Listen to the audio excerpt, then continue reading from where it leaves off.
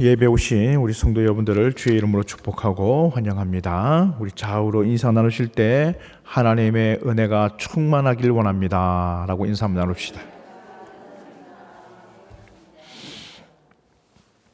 네, 여러분들의 마음속에 하나님께서 주시는 사랑과 은혜가 넘쳐나시길 주의 이름으로 축복드립니다. 말씀 들어가기 전에 제가 영상을 하나 준비를 했습니다. 영상을 보시면서 말씀 들어가도록 하겠습니다. 영상 준비되시면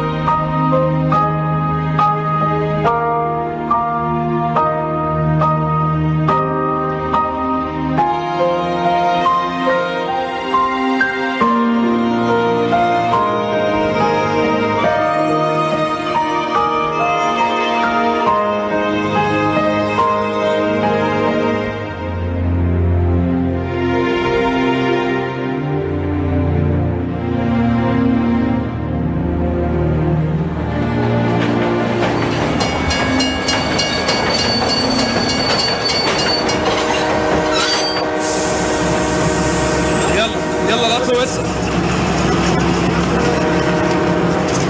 يلا يا ابني القطر هيمشي.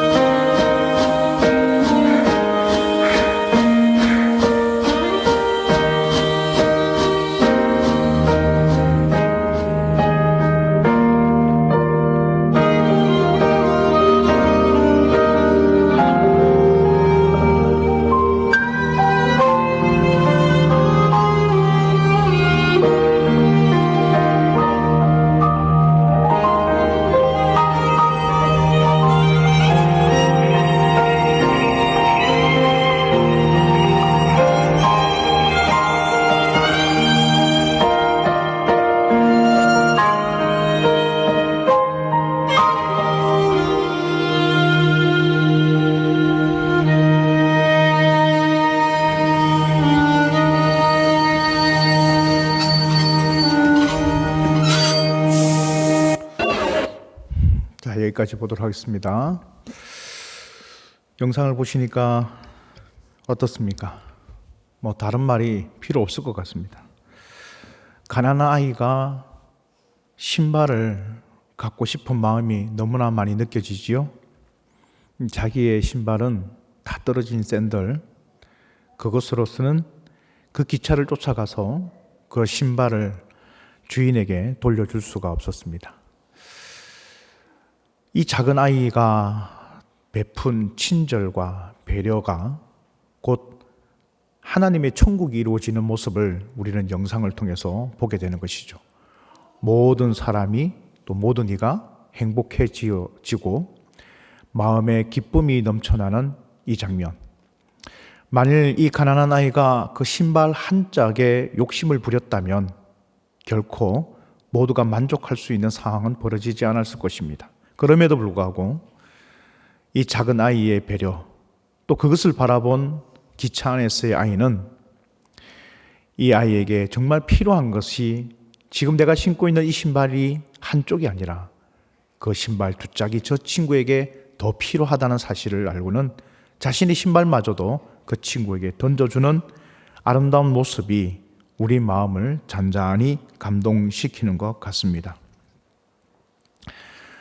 우리의 작은 배려 하나와 섬김과 또 낮아짐이 많은 사람들에게 기쁨이 되어지는 것처럼 오늘 본문에도 예수님께서는 작은 아이에 대한 모습을 보여주시면서 하나님의 나라가 이러한 것들이다 라는 것을 우리에게 설명을 해주고 있는 것 같습니다. 오늘 본문의 말씀을 우리가 살펴보면서 이 본문에 등장하는 사람들의 각각의 시각을 통해서 하나님의 나라가 어떻게 이루어지는가, 하나님의 나라는 누구의 것인가, 그것을 한번 살펴보는 시간 되시기를 주의 이름으로 축복드립니다. 오늘 13절 말씀을 함께 읽으면서 본문 안으로 들어가 보도록 합시다. 본문 13절입니다. 사람들이 시작.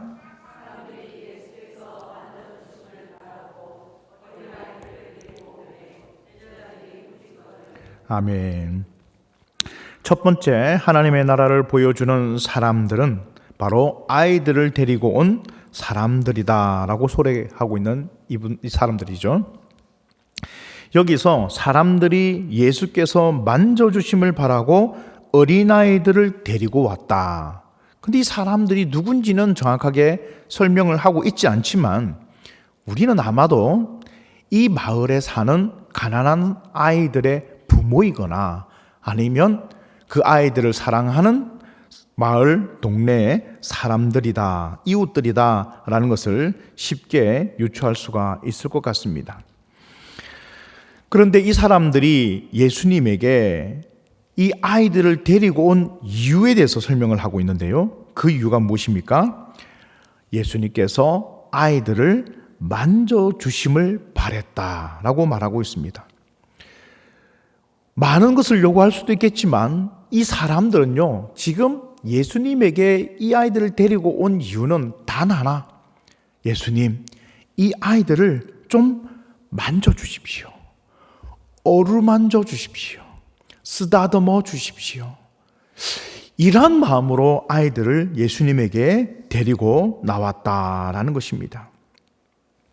저는 이 말씀을 읽으면서 어떤 마음이 느껴지냐면 이 사람들이 지금 예수님에 대한 굉장한 신뢰와 믿음을 가지고 있다라는 것을 느낄 수가 있었습니다.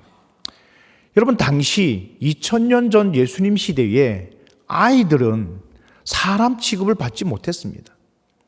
특히 여자들과 아이들은 인원수, 계수에도 들어가지 않았던 시대이다 보니 이 아이들에 대한 인식과 처우는요, 열악하기 짝이 없었죠. 때문에 어느 누구도 아이들을 신경 쓰지 않습니다. 예전에 우리나라도 그랬지 않습니까? 애들은 가라는 것입니다. 필요 없는 존재란 것이죠. 너희들은 사람이 아니다 하는 것입니다. 그냥 동네에서 짖고 다니는 개와 비슷한 존재처럼 제잘거리며 나아가는 아이들이 귀찮을 뿐이지 이 아이들을 사람 취급하거나 인격적인 존재로 대우하려는 분위기는 전혀 아니었습니다. 그렇기 때문에 그 아이들은 천덕꾸러기 신세였고 사람들에게 관심을 받지 못했고 아무에게도 주목받지 못한 존재들, 그 누구도 돌아보지 않는 그런 사람들이었다는 것이죠. 그런데 그 마을의 부모들 또는 그 마을의 사람들은요, 이 아이들에게도 사랑이 필요하다는 것을 절실히 느꼈던 것이죠. 마을의 지도자들이 있었습니다. 율법 학자들도 있었고요. 바리새인들도 있었을 것입니다. 서기관들도 있을 것이고요. 또 많은 지도자들이, 해당장이 분명히 그 마을에도 있었을 것입니다. 그러나 그 누구도, 그 사람들도 이 아이들에 대해서는 아무도 신경 쓰지 않았습니다. 이것이 너무 가슴 아픈 현실이었던 것이죠. 가장 약한 자라고, 가장 보잘것없는 자라고 아무도 신경 쓰지 않고 있는데, 우리라도 예수님에게 나아가면, 주님께로 나아가면, 저 예수님은 이 아이들을 어루만져 주실 거야. 불쌍히 여겨 주실 거야. 예수님이라면 이 아이들을 쓰다듬어 주실 거야. 박대하지는 않을 거야. 애들은 가라라고 그렇게 문전박대하지는 않을 거야. 이 아이에게 사랑의 손길을 주실 것이다 라는 예수님에 대한 신뢰와 사랑, 그리고 믿음이 이 본문 안에 그 사람들에게서 느껴지고 있더라는 것입니다. 여러분, 이 아이들을 데려오면서 단지 주님의 만져주시만을 바라보고 있는 이 사람들의 모습을 보면서, 우리는 만일 우리가 우리 자녀들을 예수님에게 데리고 간다면 우리는 무엇을 바라고 데리고 나갈까 한번 생각해 볼 수가 있는 것이죠. 아유, 주님, 제 아이입니다. 제 아이에게 하나님의 축복을 주십시오. 그래서 좋은 대학 가게 해주시고, 멋진 직장 들어가게 해주시고, 멋진 사람 만나서 결혼할 수 있도록 예수님께서 축복을 그냥 가득히 해주십시오. 막 그렇게 하고 예수님에게 데려가지 않겠습니까? 예수님, 이 아이가 정말 이 나라를 쥐고 흔들 수 있는 권력자가 되길 원합니다. 좀 그렇게 기도해 주십시오. 예수님, 이 아이가 이 나라에서 가장 큰 부자가 되길 원합니다. 재계를 흔들 수 있는 경제인이 되길 원합니다. 그러면서 이 아이들에게 그런 축복을 해 주십시오 라고 생각하면서 아이를 데리고 예수님에게로 나올 것 같아요. 지금이라면 만일. 예수님, 이 아이가 정말 좋은 대학에 갈 수 있도록 해 주십시오. 이 아이에게 지혜를 줄 수 있도록 축복해 주십시오. 그러지 않겠습니까? 당시라고 달랐겠습니까? 그때 부모라고 아이에게 바라는 것이 없었겠습니까? 그럼에도 불구하고 이들은요, 예수님에게 단지 예수님, 아이들을 만져주십시오. 만져주십시오. 전 이 만져주심에 대한 은혜가 참 마음 깊이 들어왔어요. 무엇이냐? 세상의 그 어떤 것보다도 이 아이의 출세나 이 아이의 학력이나 이 아이의 어떤 권력이 어떤 높은 관직이나 이런 것들이 중요한 것이 아니라 가장 중요한 것은 주님의 사랑이 필요합니다. 그 사랑이 있어야만이 이 아이에게 정말로 참된 축복이 될 것이고, 그 사랑이 있어야만 이 아이가 어디를 갔든 무엇이 되든 그 사랑 위에 무엇인가 들어서야 이 아이가 바른 인간으로, 바른 사람으로 자랄 수 있다는 것을 이 사람들은 알고 있었다는 것이죠. 때문에 여러분, 우리가 하나님께 구하는 것이 무엇인가? 마냥 어린아이처럼 그렇게 내게 필요한 것, 이 아이에게 당장 필요한 것을 구할 수 있습니다. 하지만 그런 기도는요, 가장 어린아이 때 하는 것이죠. 고린도전서 13장 11절에 보면 이렇게 말합니다. 내가 어렸을 때에는 말하는 것이 어린아이와 같고 깨닫는 것이 어린아이와 같고 생각하는 것이 어린아이와 같다가 장성한 사람이 되어서는 어린아이의 일을 버렸노라. 내게 당장 눈앞에 보이는 것을 바라는 것이 아니라 하나님의 사랑이 더 중요하다는 사실을 알고 그 사랑으로 나아가는 믿음, 이것이 사람들에게서 느껴지고 있더라는 것입니다. 우리가 흔히 범하기 쉬운 오류가 무엇이냐면 사랑을 조건적으로 본다는 것이죠. 하나님이 나를 사랑하신다면, 주님이 저를 사랑하신다면 이 기도 제목이 이루어져야 되지 않습니까? 이것 이루어 주셔야 되지 않습니까? 주님이 나를 사랑한다는 것을 이것을 통해서 확인해 주십시오 라고 우리가 기도하기가 쉽다라는 것입니다. 사랑을 조건적으로 보는 것이죠. 우리가 아이 때 그렇지 않습니까? 엄마 아빠가 나를 사랑한다면 이렇게 해줘야 되는 거 아니에요? 그러나 그 이전에 먼저 구해야 될 것이 있습니다. 무엇인가 우리가 우리의 필요와 우리의 만족을 위하여 구하기 전에 먼저 구해야 될 것이 있습니다. 그것이 무엇입니까? 하나님의 사랑이 내게 있기를 원합니다.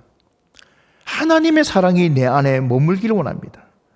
하나님의 은혜가 내 마음에 가득 차기를 원합니다. 그래야만이 그 위에 쌓아지는 것들이 의미가 있는 것이지, 주님의 사랑이 있지 않고서 내가 무엇이 된들, 무엇을 가진들, 무엇이 이룬들 무슨 소용이 있단 말입니까? 때문에 요한일서 4장 16절에는 이렇게 말하고 있습니다. 하나님이 우리를 사랑하시는 사랑을 우리가 알고 믿었노니 하나님은 사랑이시라. 사랑 안에 거하는 자는 하나님 안에 거하고 하나님도 그의 안에 거하시느니라 라고 말하고 있습니다. 우리 마음속에 먼저 필요한 것은 하나님의 사랑이 가득 차야 한다는 것입니다. 그 사랑이 있어야만이 그 다음이 있을 수가 있는 것이죠. 그 다음이 내게 유익되는 것입니다. 그런데 그 사랑은 생각하지도 않은 채 그 다음 것만 이야기하고 있으면 그것은요, 주님과 아무런 상관이 없게 되는 것이죠. 여러분, 아이들이 사랑을 많이 받고 자란 아이들은요, 그 마음속에 그 사랑이 차곡차곡 쌓이는데요, 그 사랑은 아이의 자존감이 되어집니다. 자존감이 높은 사람은요, 자존감이 높은 아이는요, 문제와 어려운 가운데서도 흔들리지 않게 됩니다. 그것은 자기 자신의 힘이 되기 시작하고요, 능력이 되기 시작하고요, 그 어떤 곳에 어느 곳에 있다 할지라도 그는 그 상황들을 헤쳐나갈 수 있는 영적인 내력이 있는 아이로 자라가게 될 것입니다. 그 아이는 어디에 내놔도 성공할 것입니다. 그러나 사랑이 채워지지 않아서 자존감이 없잖아요. 자존감이 없으면 자존심만 세워집니다. 자존심만 세워지면은 늘 사람들한테 치이는 거예요. 자존심의 상처를 받았니? 자존심이 상했다느니? 하면서 대인관계가 되지 않고요, 어느 곳에 가더라도 실패할 수밖에 없는 것이죠. 사람들과 관계가 되지 않습니다. 그 자존감의 가장 바탕에는 주님의 사랑이 가득 차야 된다는 사실을 기억하시면서, 하나님, 우리 자녀들에게 하나님의 사랑이 가득하기를 주님의 이름으로 기도합니다. 그 기도의 제목이 있으시는 우리 성도 되시길 주의 이름으로 축복드립니다.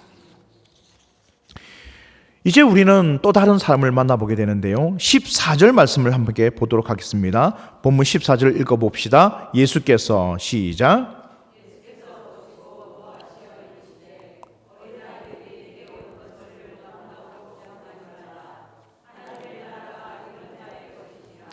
아멘. 지금 주님께서 노하신 이유가 무엇입니까? 앞서 13절 하반절에 보면 아이들을 데리고 오매 제자들이 그 사람들을 어떻게 했다고요? 꾸짖었다는 것입니다. 제자들은 지금 아이들을 데리고 오는 이 사람들, 즉 부모일 수 있겠지요, 이 부모들을 꾸짖는 겁니다. 아니 지금 왜 이 아이들을 이렇게 귀찮게 데리고 오느냐 라고 하면서 막 야단을 치는 거예요. 사실 우리가 제자들의 입장에서 볼 때 어느 정도 이해할 만도 할 것 같습니다. 왜냐하면 주님의 공생애는요, 단 3년밖에 되지 않습니다. 이 3년의 공생애 기간, 예수님은 하루도 1시간도 쉼 없이 달려오고 있는 것이죠.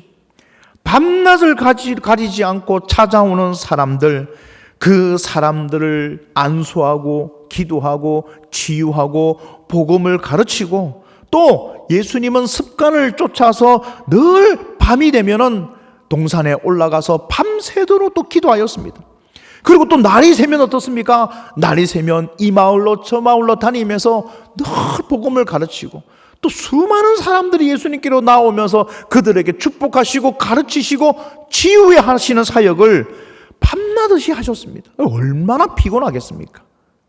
뭐 제자들은 말할 것도 없죠. 그런 주님을 따라다닌다고 아마 누울 자리조차 없다라고 고백한 주님의 말씀처럼 이 제자들도 고생이 이만저만은 아니었을 것입니다.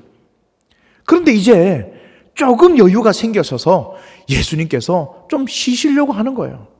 조금 여유가 생겨서 쉬시려고 하는 그 찰나에 지금 째째째째째거리는 아이들을 데리고, 부모들이 그 아이를 데리고 예수님께로 나오니 이 제자들의 마음속에 이제 좀 쉬려고 하는데, 좀 쉬고 싶은데 이게 뭐냐 이게.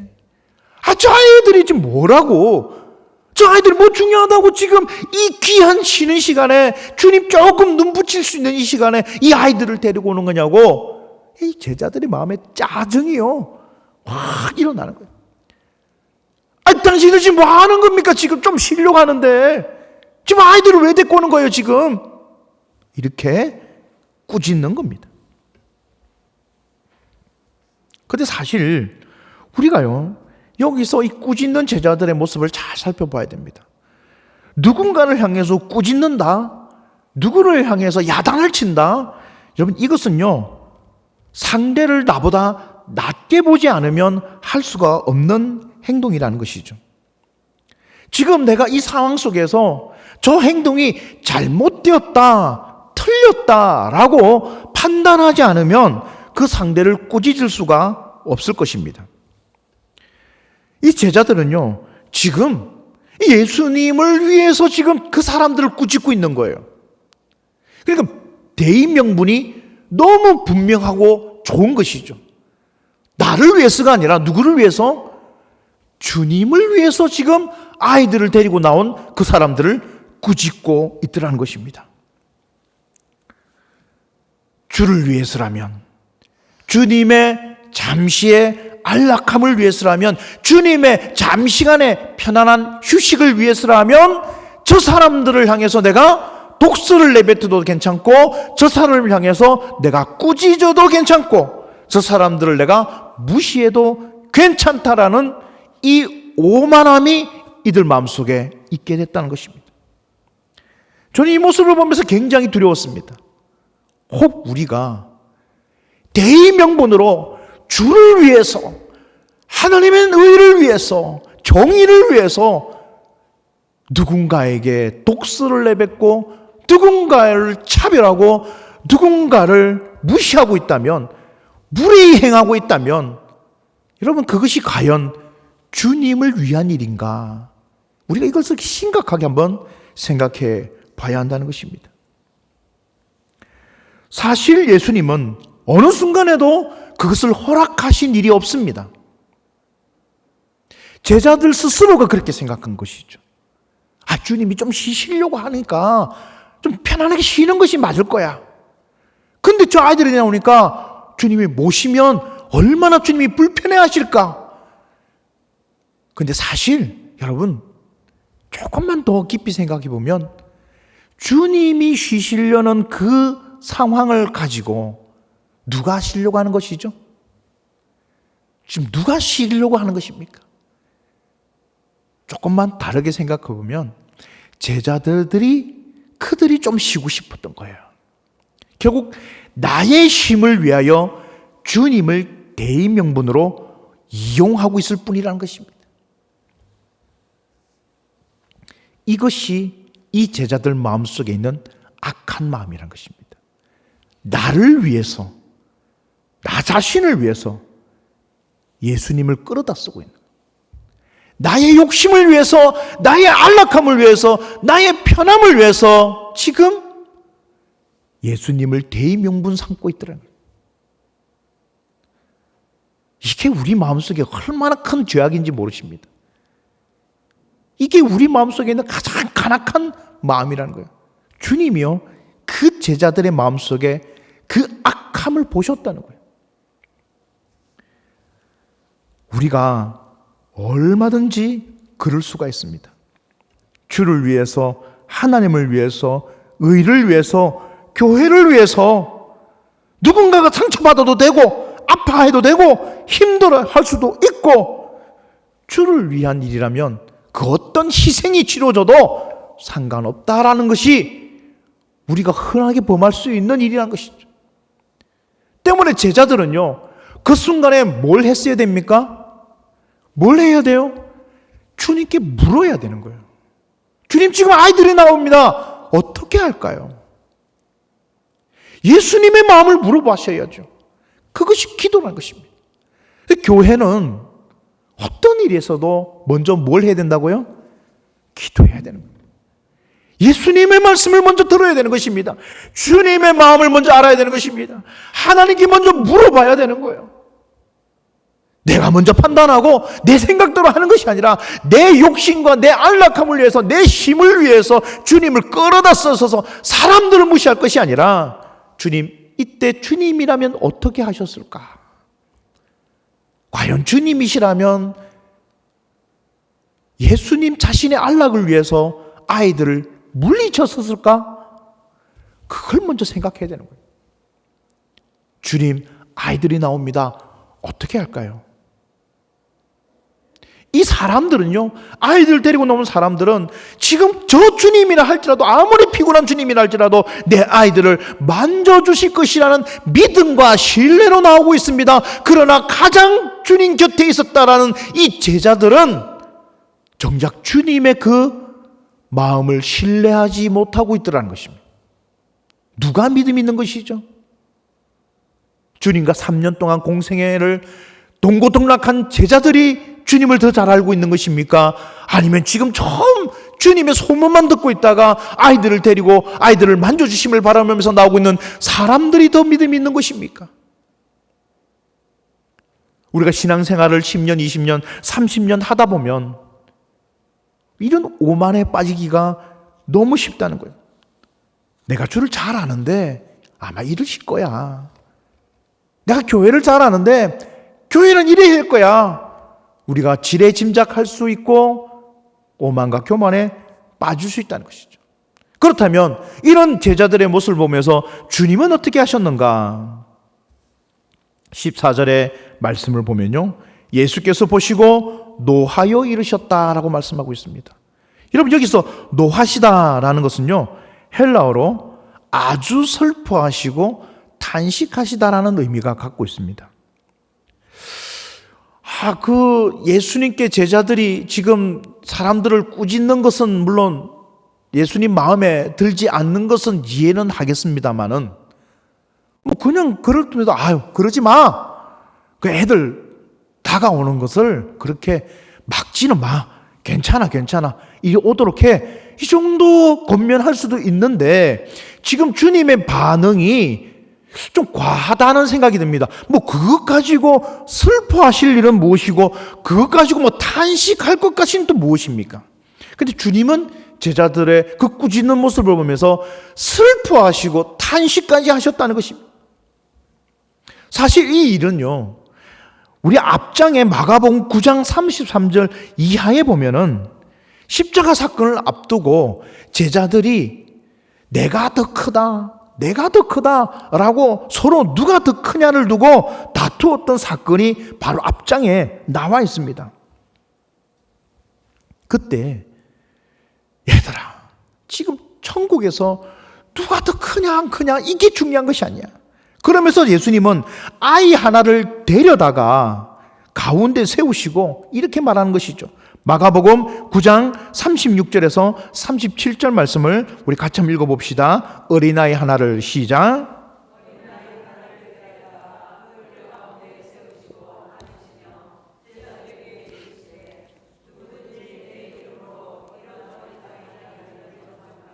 곧 나를 영접함이요, 누구든지 나를 영접하면 나를 영접함이 아니요 나를 보내신 이를 영접함이니라.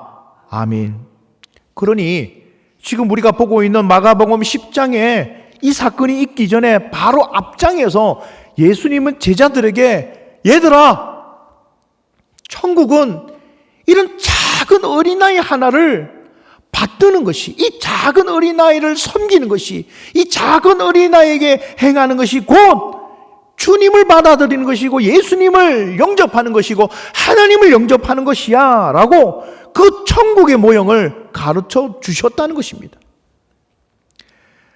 어린아이 하나를 섬긴다면 그것이 곧 예수님을 위한 일이고 예수님을 보내신 하나님을 위한 일이라는 것이죠. 즉 하나님의 일은 뭐 대단한 큰 일이 아니라 내 눈에 보이는 작은 자 한 사람을 섬기고 그 작은 자를 배려하는 것, 그 작은 자에게 무례히 행치 아니하고 사랑을 전하는 것, 이것이 천국의 일이고 이 일이 이루어지는 곳이 곧 천국이라는 것을 우리에게 설명을 이미 해 주셨다는 거예요. 그럼에도 불구하고 지금 이 제자들이 하는 행태를 보십시오. 방금 9장에서 그 이야기를 하는데 10장에서 제자들이 아이들을 꾸짖고 그 부모들을 꾸짖는 모습을 보면서 주님의 마음이 지금 호죽답답했겠습니까? 탄식하고 슬퍼할 수밖에 없는 것이죠. 이것이 단지 아이들의 문제가 아니라 이 제자들 마음속에 아직도 말씀에 대한 이해가 없고 깨달음이 없는 것을 보면서 예수님은 너무너무 탄식할 수밖에 없다는 것이죠. 주님의 이름으로 약한 자를 배척하는 것이 주님의 일이 아닙니다. 주님의 이름으로 사랑하고 돌보고 도와주고 배려하고 무례히 행치 않고 친절을 베푸는 것, 약한 자를 향하여 이와 같이 하는 것이 그게 곧 누구를 위한 일이다? 주님을 위한 일이다 라고 예수님이 지금 다시 한 번 더 제자들에게 상기시켜 주고 있는 것이죠. 누가 크냐, 누가 서열이 위냐 이렇게 두고 싸우고 있는 제자들에게, 아니 작은 자 한 사람을 섬기지 못하는 자가 서열이 위면 뭐 할 것이고 보이는 사람조차도 섬기지 못하는 자가 높은 위치에 있으면 뭐 할 거냐는 것입니다. 보이는 사람도 섬기지 못하는데 어떻게 보이지 않는 하나님을 섬긴다고 말할 수가 있겠느냐는 것입니다. 때문에 마가복음 10장 43절에서 45절에 보면 너희 중에 누구든지 크고자 하는 자는 너희를 섬기는 자가 되고 너희 중에 누구든지 으뜸이 되고자 하는 자는 모든 사람의 종이 되어야 하리라. 인자가 온 것은 섬김을 받으려 함이 아니라 도리어 섬기려 하고 자기 목숨을 많은 사람의 대속물로 주려 함이다 라고 말하고 있는 것입니다. 즉 우리의 목적은요, 작은 자를 섬기는 데 있죠. 그것을 배려하는 것이 예수님을 섬기는 것이라는 사실을 꼭 기억하시는 우리 성도 되시길 주의 이름으로 축복드립니다. 마지막으로 이 본문에 나와 있는 천국을 보여주는 한 사람이 있는데 그 사람은 바로 아이들입니다. 오늘 본문 15절과 16절의 말씀을 한번 보겠습니다. 15절과 16절 같이 읽읍시다. 내가 진실로 시작.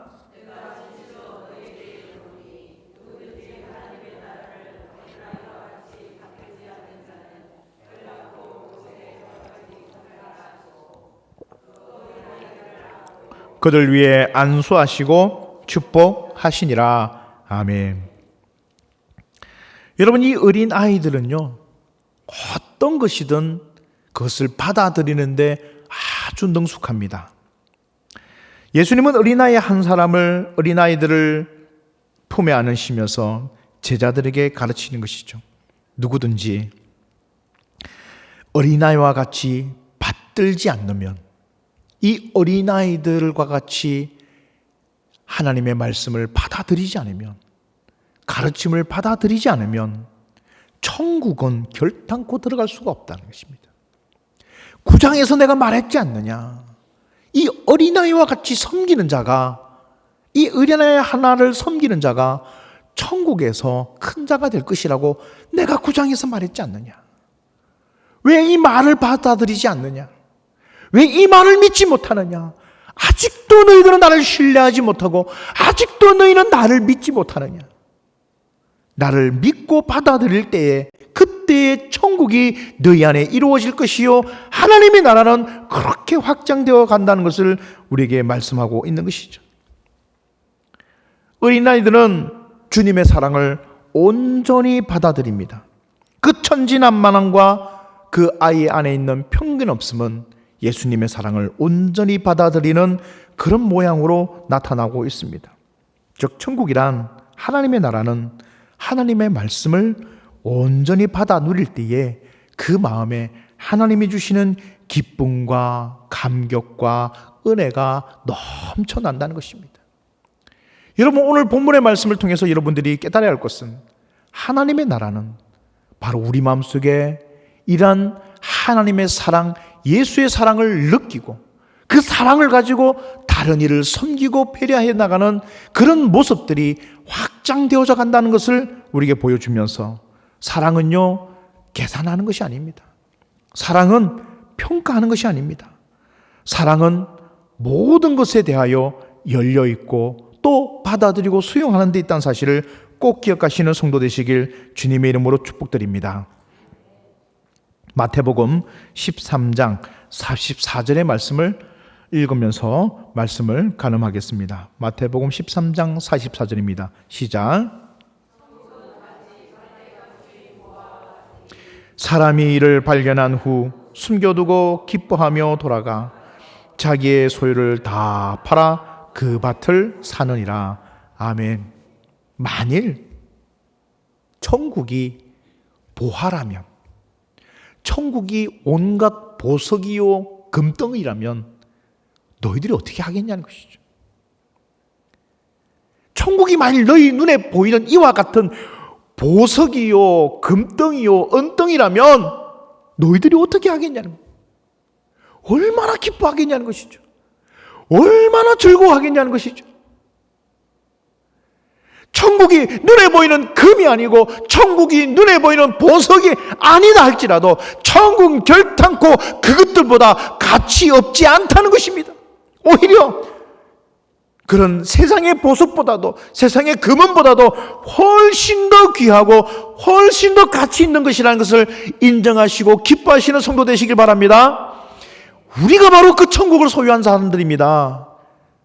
그 밭을 기뻐하며 즐거워하면서 사는 것처럼 여러분, 오늘 주어지는 이 말씀이 하나님 나라의 보석이요 하나님 나라의 금은이라는 사실을 기억하면서 그것을 기뻐함으로 받아들이시고 이 어린아이와 같이 천국의 말씀을 내 마음 큰 깊이 받아들였어 주님의 만져주심을 바라고, 주님의 쓰다주심을 바라고, 주님의 어루만져 주심으로 말미암아 하나님이 주시는 기쁨과 감격을 누려나가셔 인생 가운데서도 승리하시는 우리 건국의 성도 되시길 주님의 이름으로 축복드립니다.